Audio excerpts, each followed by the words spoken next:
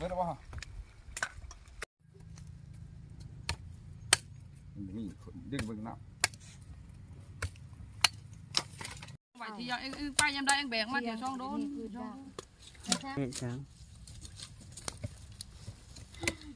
เดินรถไปทางมันช้างโอเคก็คือตัวข้าวบ้านตาไปก่อน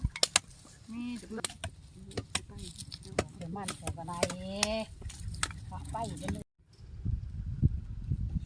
นะผมไปคุดเอากบตะกบอยู่หน้ามาปลูกแต่เรื่องใบขาว